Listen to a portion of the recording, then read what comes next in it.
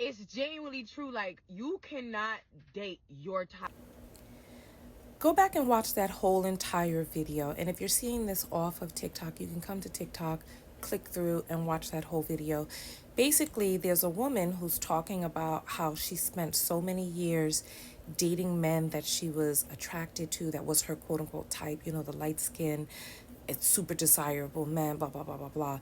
And then her husband slid in her DMs or something along the lines. And he's dark skinned and wasn't really her type, but she decided to give him a chance, right? She goes on to talk about how she will never give this relationship up because her husband will never give her up. She talks about how he went to her father and asked for her hand, and the way that he did it was like, you know, I plan on taking care of your daughter. This is why I want her, and her father gave her away. It was like, yes, you know, the way that he showed up was like made the father be like, yes. And then she went on to talk about how he came in talking about, look, I want to take care of you. In her other relationship, she would have had to have 3 jobs, etc., to take care of the men, blah blah blah. And then after she goes through all of that, Ken comes in with his take. And Ken is a very prolific person when it comes to personal development. I love his videos and I typically agree with him. So there's really not ever much for me to say because I'm just like, okay, yeah, I agree with you. However, in this particular video, I feel like there's a little bit of how do I put it? A disconnect between what men think and what women know. So I'm currently in grad school at the moment. I'm getting my master's in psychology, and as such, I read a lot. Like a lot, a lot. I'm at an Ivy League institution, so they require a lot of reading of us. Not only that, it has gotten me accustomed to reading a lot of other text. So I was reading this book that was talking about, because the science of attraction is one that people are attempting to figure out, that the women of the ages, oh my goodness, the women of the ages have already pinpointed. Listen to this. The great attraction conundrum that exists in relationships is that people, male and female, generally like to be with a person who they consider to be 20% more attractive than they are. So women want somebody that's 20% out of their league, and men want somebody that's 20% out of their league. So how does it settle up when the chips, when the score settles? So the original matchmakers, the matchmakers of old, were women. They were women of the family who understood a principle, right? And they would match the men with the women. And then, you know, when dowries became involved and then women became commodities, men got into it, and then it turned into a trade of selling girls younger and younger, right? But let me ask you all this question, who are watching, from just your own personal experience. Which relationships do better? The ones in which the woman is more attracted to the man and wants to be with him, and like Ken talks about, has that animal attraction towards him, or when he has that desire, animal attraction towards her. And I'm talking about an imbalanced attraction, because there's some people who will come and they'll say, oh, you know, me and my partner, we just had that animal attraction for each other just right out the back. You know, the situation is a lot more complex than it seems. Why? I believe because of the nature of man and the nature of woman. I believe that the hormones and biological objectives come into play. And what do I mean by that? What happens in a relationship when the woman is the one constantly reaching for and trying to pull in the man, versus the man reaching for and constantly trying to pull in or rise up to the woman, right? Oh, let's use the same words.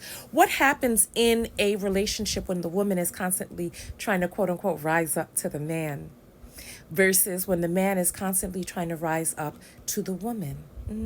I want you all to think about your own personal experiences, because it would seem logically right?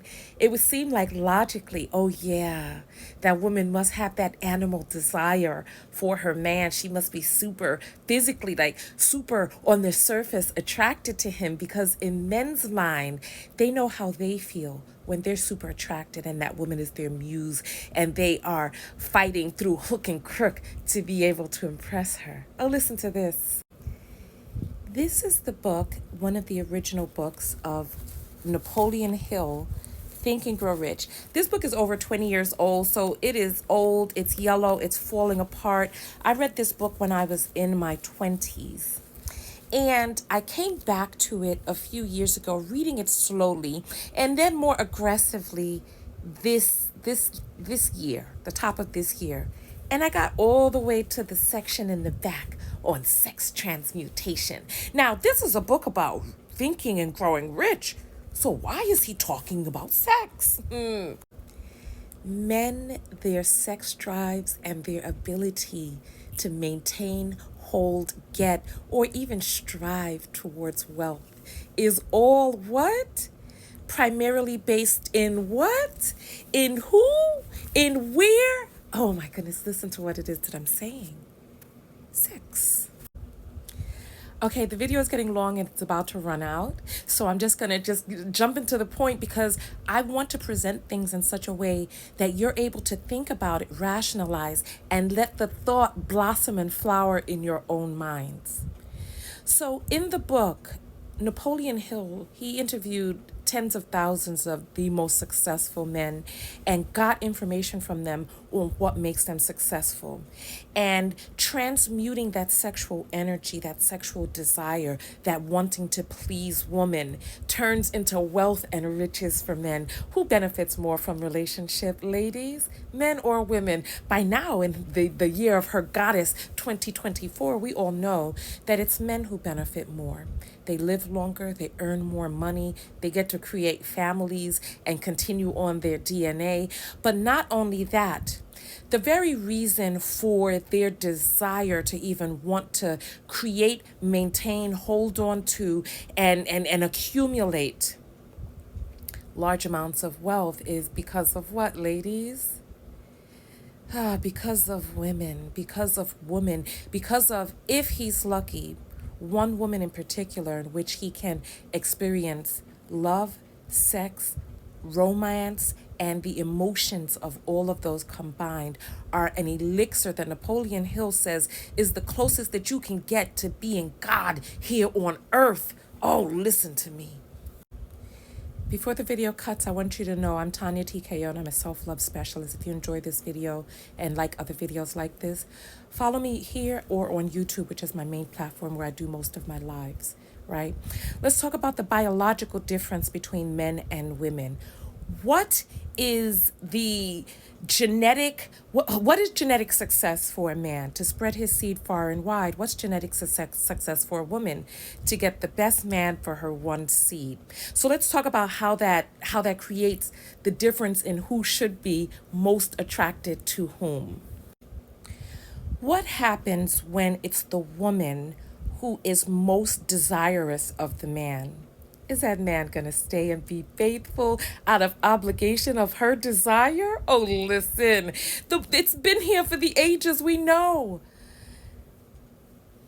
Because of men's polygamous, polyamorous, natural genetic inclination, he has to want to constantly be striving for his woman.